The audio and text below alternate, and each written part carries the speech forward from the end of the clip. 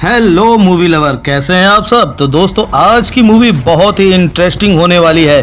Channel पर नए हैं तो सब्सक्राइब कर लीजिएगा ऐसी ही धमाकेदार मूवी देखने के लिए। ये कहानी ओडेला रेलवे स्टेशन जो मूवी 2022 में आई थी उसी का सीक्वल है और ये मूवी फर्स्ट मूवी के कंटिन्यूएशन में है। इसलिए हम पहले ओडेला रेलवे स्टेशन का थोड़ा फ्लैशबैक देख लेते हैं। असल में पार्ट 1 में हुआ कुछ यूँ था कि ओडेला गांव में अचानक कुछ मर्डर्स स्टार्ट हो गए थे और मर्डर सिर्फ उन लड़कियों के होते थे जिनकी एक दिन पहले शादी हुई होती थी। फिर जब पुलिस वाले बहुत कोशिशों के बाद भी इस मिस्ट्री को सॉल्व नहीं कर पा रहे थे, इसी वजह से आईपीएस अनुदीप ने उस किलर को पकड़ने के लिए अपनी गर्लफ्रेंड से शादी कर ली और फिर किस्मत से ये किलर उनकी वाइफ को भी किडनैप करने में कामयाब हो गया। वहीं गांव में राधा नाम की एक लड़की को अपने घर की सफाई करते समय अपने घर में कुछ फीमेल्स के लॉन्जरीज मिल जाते हैं, जिससे वो समझ जाती है कि ये सब कुछ उसका पति तिरुपति कर रहा था। फिर जब तिरुपति आईपीएस की बीवी को मोलेस्ट करना शुरू कर देता है, तभी एड में राधा आकर उसका सर धड़ से अलग कर देती है। असल में तिरुपति के ये सब करने की वजह ये थी कि उसने कभी अपनी बीवी को हाथ तक नहीं लगाया था, क्योंकि राधा की शादी उसकी मर्जी के बिना हो गई थी। इसी वजह से जब तिरुपति पहली रात पर उसके पास आया तो राधा ने उसकी काफी बेइज्जती की थी। इसी वजह से उसने कभी अपनी बीवी को डर के मारे टच ही नहीं किया। पर जब उसके पड़ोसी की शादी हुई और उसने पति पत्नी को इंटीमेट होते हुए देखा तो उसकी मन की फीलिंग्स जाग गई और अपनी लस्ट को पूरा करने के लिए उसने ही ये दुष्कर्म और सीरियल किलिंग्स का सिलसिला शुरू किया था। खैर, अब इन सबके बाद ओडेला पार्ट 2 की शुरुआत एक छोटी बच्चे से होती है जो कि एक कटे हुए सर को लेकर थाने जा रही थी। अब यहाँ पर ये सर राधा का होता है और ये नजारा इतना भयानक था कि उसे देखकर सभी के होश उड़ जाते हैं। अब यहाँ से ये कहानी थोड़ा फ्लैशबैक में जाती है उसी दिन पर जब तिरुपति का मर्डर हुआ था। यहाँ पुलिस तिरुपति के सर को उसकी बॉडी से जोड़कर उसके घर पर छोड़ जाती है, पर यहाँ उसके अंतिम संस्कार में गांव का कोई भी आदमी नहीं आता, क्योंकि तिरुपति की सच्चाई सबके सामने थी। यहाँ तिरुपति का भाई और उसका बेस्ट फ्रेंड ही उसकी लाश को घर तक लाए थे। वहीं दूसरी तरफ गांव के लोग एक मीटिंग करते हैं जिसमें वो पंडित जी से ये कहते हैं कि तिरुपति की वजह से हमारे गाँव ने बहुत कुछ सहा है, इसलिए हम लोग भी उसे सजा देना चाहते हैं। ये सुनकर पंडित जी कहते हैं कि अगर आप सब ऐसा चाहते हैं तो उसकी सजा है कब्र कैद। अब ये सब सुनकर गाँव वाले पंडित जी से पूरी बात बताने के लिए कहते हैं। तो पंडित जी बताते हैं कि अगर हम तिरुपति की लाश को एक गड्ढा खोद कर उसमें रख दें और उसके बाद गांव के सभी लोगों के पुराने कपड़े और नाखूनों के साथ एक मुर्गे का खून उस कब्र में डालकर उसे बंद कर दें, तो तिरुपति की आत्मा को कभी भी शांति नहीं मिल पाएगी और वो हमेशा उसी कैद में रहेगा। अब इस बात पर सभी लोग एग्री हो जाते हैं। फिर यहाँ जब तिरुपति का भाई और उसका दोस्त उसकी लाश को लेकर आते हैं तो तिरुपति की आत्मा उस समय उसकी लाश के पास ही होती है। तिरुपति का भाई अपनी जान पहचान वालों से उसका अंतिम संस्कार में साथ देने के लिए कहता है, पर कोई भी तिरुपति की लाश के पास नहीं आता। फिर तिरुपति का भाई उसकी लाश को लेकर गांव की सीमा पर आ जाता है, जहां गांव के सभी लोग पहले से उसका वेट कर रहे थे। फिर यहाँ तिरुपति का भाई सभी लोगों से उसके भाई को माफ कर देने के लिए रिक्वेस्ट करता है, क्योंकि वो तो अब इस दुनिया से जा चुका है। पर गांव वाले उसकी बात नहीं सुनते और वो उस पंडित के बताए हुए मेथड के अकॉर्डिंग तिरुपति की लाश को वर्टिकल दफना देते हैं। वहीं दूसरी तरफ हमें कुछ साधुओं को दिखाया जाता है जो कि हिमालय की गुफा में बैठकर अपना ध्यान कर रहे थे। तभी वहाँ बैठे गुरुजी कहते हैं कि ओडेला गाँव में एक बहुत ही भयानक आत्मा जागने वाली है। अब ये सब सुनकर उनके शिष्य पूछते हैं कि आखिर उस गांव का फिर क्या होगा, जो सुनकर गुरुजी कहते हैं कि जब जब राक्षस का जन्म होता है तो उसका अंत करने के लिए दिव्य शक्ति भी धरती पर जरूर आती है। खैर, अब यहाँ से सीन 6 महीने बाद ओडेला गांव में शिफ्ट होता है, जहाँ आज एक अरसे बाद एक घर में शादी हो रही थी। फिर यहाँ रात में जब पंडित जी वहाँ शादी करवाने जा रहे थे तभी कुछ शराब पी रहे लड़के उन्हें रास्ते में मिल जाते हैं, जो पंडित जी को भी 2-2 पैग साथ में पीने के लिए कहते हैं। अब यहाँ शराब देखकर पंडित जी भी खुद पर कंट्रोल नहीं कर पाते और उनके साथ जाकर शराब पीने लगते हैं। फिर यहाँ उनमें से एक लड़का कहता है कि जिस लड़की की शादी हो रही है ना, वो मेरी लवर है, और वो गुस्से में ये तक कह देता है कि मैं आज रात उस लड़की के साथ दुष्कर्म करके उसे मार दूंगा, क्योंकि जब वो मेरी नहीं हो पाई तो किसी की नहीं होगी और इसका सारा इल्जाम तिरुपति की आत्मा पर आ जाएगा। तब ये सब सुनकर पंडित जी को काफी गुस्सा आता है और वो वहाँ से चले जाते हैं। तभी उन्हें टॉयलेट आती है तो वो रास्ते में ही टॉयलेट करने लगते हैं। हालांकि उन्हें ये बात पता नहीं होती कि वो जहाँ खड़े हैं वहीं पर तिरुपति की कब्र है। फिर जाते वक्त उन पंडित जी के पैर में कांटा लग जाता है, जिससे उनके ब्लड के कुछ ड्रॉप्स पृथ्वी पर गिर जाते हैं। फिर ये खून की बूंदें तुरंत ही तिरुपति की लाश तक पहुंच जाती हैं और ऐसा होते ही तिरुपति की आत्मा उस कब्र से आजाद होकर पंडित जी के शरीर में प्रवेश कर जाती है, क्योंकि वो तो इसी मोमेंट का वेट कर रही थी। अब जब वो पंडित जी शादी में जाते हैं तो दूल्हा और दुल्हन उनसे आशीर्वाद लेने के लिए आते हैं। तब यहाँ दुल्हन को देखकर तिरुपति की हवस फिर से जाग जाती है और वो एक बार फिर अपने सपनों को पूरा करने का सोचता है। फिर उस रात जब दूल्हा और दुल्हन अपने रूम में पहली रात मना रहे होते हैं, तभी अचानक वो पंडित उनके रूम में आ जाता है और दूल्हे दूल्हे को मारने लगता है। ये देखकर दुल्हन जोर से चिल्लाती है, कहती है कि आप ये क्या कर रहे हैं। तभी तिरुपति कहता है कि मैं तुझसे अपनी प्यास बुझाऊंगा, क्योंकि तिरुपति अब जाग चुका है। और यह सुनकर वो दुल्हन वहीं शॉक्ड हो जाती है। वहीं पंडित के घर में घुसने की खबर पूरे गाँव में फैल जाती है, इसलिए पुलिस और सभी गाँव वाले वहाँ पर पहुँच जाते हैं। तब पुलिस पंडित को पकड़ कर ले जाती है और बहुत मारती है, पर यहाँ पंडित को तो कुछ भी याद नहीं होता, क्योंकि तिरुपति उसके शरीर से जा चुका था। हालांकि पुलिस तो उसकी बातों पर जरा भी यकीन नहीं करती। तभी पंडित उन्हें उस लड़के के बारे में बताता है जो उनसे दुल्हन को मारने की बात कर रहा था, जिसके बाद पुलिस उन लड़कों को भी पुलिस स्टेशन लाकर काफी अच्छे से खातिरदारी करती है, पर इसके बावजूद उनके हाथ में कुछ भी नहीं लगता। वहीं दूसरी तरफ अब तिरुपति की आत्मा पूरे गाँव में अपनी साइकिल लेकर घूमने लगती है। फिर हम अल्लाह बख्शू नाम के एक आदमी को देखते हैं जो बुरी आत्माओं को भगाने का काम करता है। वो एक लड़की जो की पोजेस्ड होती है, उसके माता पिता को मुर्गी के मांस का एक टुकड़ा गांव के बाहर रखाने को कहता है। अब जब लड़की के माता पिता उसी अकॉर्डिंग इस रिचुअल को परफॉर्म करते हैं, उसी रात वेंकटेश नाम का एक आदमी उसी रास्ते से गांव वापस आ रहा होता है जहां उस लड़की के माता पिता ने वो रिचुअल किया था। और वो जो वहाँ देखता है, वो देखकर उसके होश उड़ जाते हैं। उसने देखा कि तिरुपति की आत्मा कब्र से निकलकर उस मांस के टुकड़े को खा रही है। फिर अगले दिन वो एक शॉप पे आकर इस इंसिडेंट के बारे में बताता है, और उसकी बातों पर कोई भी यकीन नहीं करता सिवाय अल्लाह बख्शू के। तभी वहाँ एक आदमी आता है और अपनी बेटी की शादी का कार्ड देने लगता है, जिस पर अल्लाह बख्शू कहता है कि क्या आपको मालूम नहीं है कि इस गांव में क्या क्या हो रहा है। ये सुनकर वो आदमी कहता है कि अरे आप परेशान मत होइए, कुछ भी नहीं होगा। खैर अब इन सबके बाद उस लड़की की शादी का दिन भी आ जाता है। यहाँ शादी में गांव के सरपंच आकर 116 रुपए देते हैं,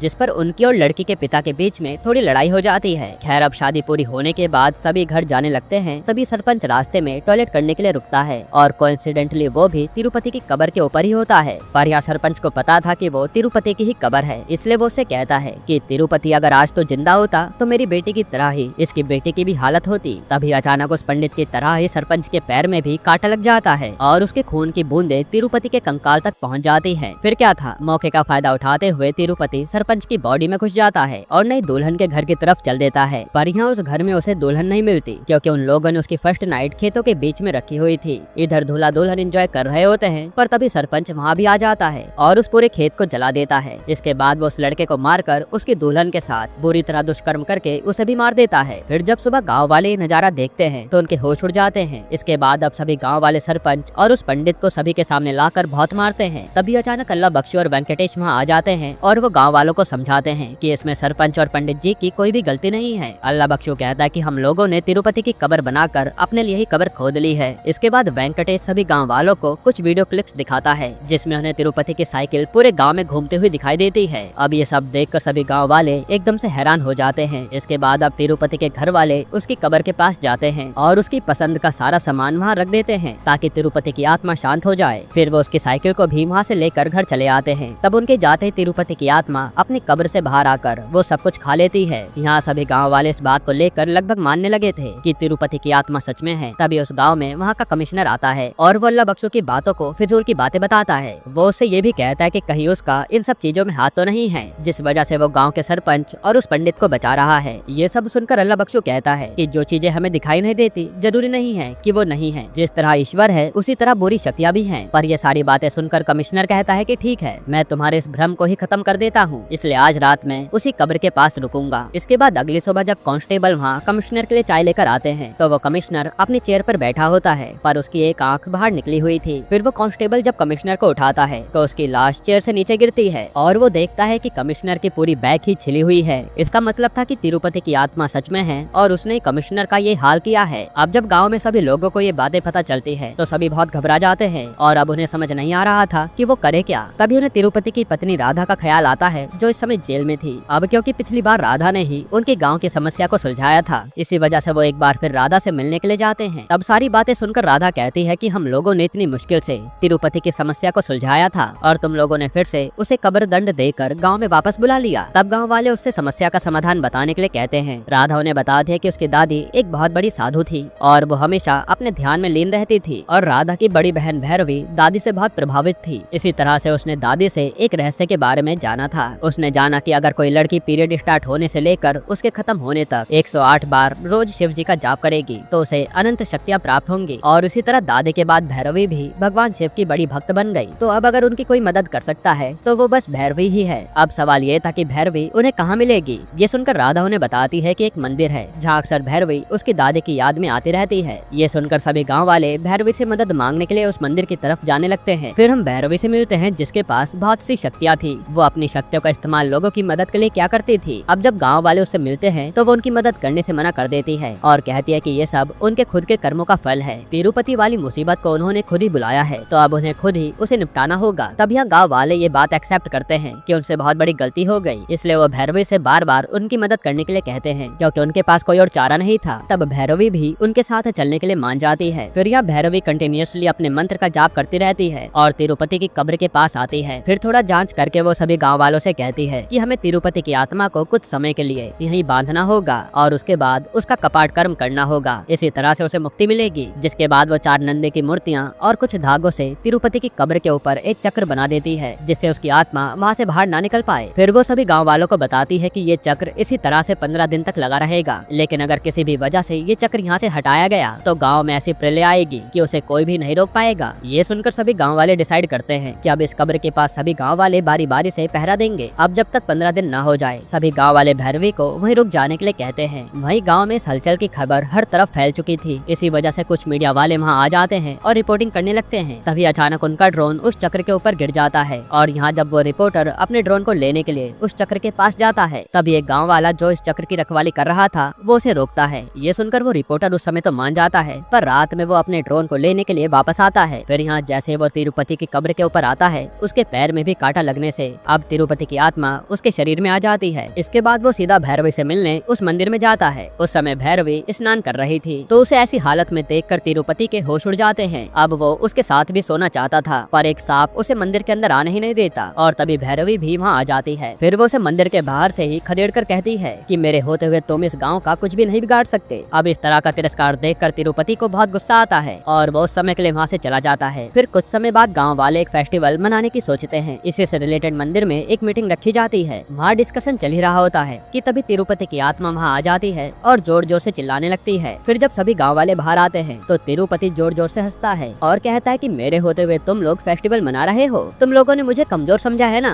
अब मैं तुम्हें अपनी शक्ति से अवगत कराता हूँ। ये कहकर वो सभी को अपनी शक्तियाँ दिखाता है और अब वो सच में काफी ज्यादा पावरफुल हो गया था। सभी पंच महाभूत उसके कंट्रोल में थे, हवा, पानी, अग्नि, जल और पृथ्वी। उसे किसी का भी भय नहीं था। अब ये ताकत देखकर खुद भैरवी भी हैरान रह जाती है। असल में तिरुपति जब उस रिपोर्टर के शरीर में आया था तब उसने कुछ अघोरियों के पास जाकर कुछ तंत्र विद्याएं हासिल कर ली थी। इसी वजह से वो कुछ समय के लिए गायब हुआ था और अब वो काफी ज्यादा ताकतवर बन गया है। खैर फिर वो पूरे गाँव के चारों तरफ एक रेखा खींच देता है जिसके पार ना तो कोई जा सकता है और न ही उस रेखा को पार करके कोई अंदर आ सकता है। इन सब के बाद अब गाँव के सभी लोग बहुत ही ज्यादा घबरा जाते हैं। उन्हें समझ में नहीं आ रहा था कि आखिर वो अब करे क्या। हालांकि दोस्तों मैं आपको बताना भूल गया कि गाँव वालों ने इसी बीच राधा को भी जेल से निकलवा लिया था। फिर इसके बाद हम देखते हैं कि एक आदमी उस रेखा को पार करने की कोशिश करता है पर रेखा के पार करते ही उसका सर धड़ से अलग हो जाता है और ये देखकर तो सभी गाँव वालों के होश उड़ जाते हैं। इन सब के बाद पूरे गाँव में भुखमरी छा जाती है और सारी फसलें खराब हो जाती हैं। तभी एक दिन एक लड़के के माँ बाप भैरवी के पास आते हैं और बोलते हैं कि उनकी बेटी को अस्थमा का अटैक आया है और अगर वो उसे हॉस्पिटल नहीं ले गए तो वो मर जाएगी। पर हॉस्पिटल तो गाँव के बाहर था। तब भैरवी एक प्लान बनाती है। वो राधा को शादी के गेटअप में तिरुपति के पास जाने के लिए कहती है ताकि वो उसे बिझा सके। उसके बाद वो खुद लाउड स्पीकर से मंदिर में जाकर जाप करने लगती है ताकि इस तरह कुछ वक्त के लिए तिरुपति की शक्तियाँ कमजोर हो जाएं और वो माता पिता उस बच्ची को लेकर गाँव के उस पार जा सके। अब जब वो लोग इस प्लान को एग्जीक्यूट कर रहे होते हैं तभी अचानक गाँव की लाइट कट हो जाती है और लाउड स्पीकर बंद हो जाता है। फिर तिरुपति को भी उन लोगों के प्लान के बारे में पता चल जाता है और वो गुस्से में आकर उसी छोटी बच्ची जो कि बीमार थी उसके शरीर में घुसकर राधा का सर काट कर चौकी में ले आता है। और ये वही सीन है जो हमने मूवी की शुरुआत में देखा था। अब तिरुपति का आतंक बढ़ता ही जा रहा था। ये देखकर भैरवी तिरुपति से ये सब बंद करके गाँव वालों को माफ कर देने के लिए कहती है क्योंकि वो अब और ज्यादा सहन नहीं कर सकते थे। तब उसकी बात सुनकर तिरुपति भैरवी के सामने एक डील रखता है। वो उससे कहता है कि अगर भैरवी उसके साथ एक रात सोने के लिए तैयार हो जाए तो वो ये सब बंद कर देगा। अब भैरवी थी तो शिव जी की भक्त पर गाँव को तो बचाना ही था, इसलिए वो ये करने के लिए तैयार हो जाती है। वो पहली बार दुल्हन की तरह तैयार होती है और उसे देखते तिरुपति की आंखें उसे देखती ही रह जाती है। फिर वो वेंकटेश के शरीर को चुनता है और उसके करीब जाता है। अब यहाँ भैरवी अभी भी कंटिन्यूअसली शिव जी का जाप कर रही थी जो सुनकर तिरुपति को बहुत गुस्सा आने लगता है और वो भैरवी को मारने लगता है। ये सब कुछ वो उसी मंदिर के बाहर कर रहा था ताकि सभी गाँव वाले इसे देख सके। वही दूसरी तरफ अल्लाह बख्शु भैरवी के कहे अनुसार तिरुपति की कब्र के पास पहुँच जाता है। वही भैरवी को मंत्र बस एक और बार बोलना था उसे कंप्लीट करने के लिए, पर तिरुपति की मार से वो वहीं बेहोश हो जाती है। तभी एक छोटी बच्ची मंदिर के अंदर जाती है और वहाँ नंदी महाराज से मदद मांगती है। अब उसकी गुहार सुनते ही नंदी महाराज मंदिर से बाहर आते हैं और वो भैरवी को जगा देते हैं। फिर मंत्र जाप पूरा होते ही भगवान शिव की शक्तियाँ भैरवी को मिल जाती है और देखते देखते वो त्रिशूल से तिरुपति की आत्मा को मार डालती है। वहीं दूसरी तरफ तिरुपति की एक्चुअल बॉडी को अल्लाह बख्शू ने ठिकाने लगा दिया था और इसी तरह से तिरुपति का अंत होता है। यहीं पर ये मूवी समाप्त होती है। हाँ तो दोस्तों, आज की ये वीडियो आपको कैसी लगी? अच्छी लगी हो तो एक लाइक कर देना, चैनल को सब्सक्राइब कर लेना और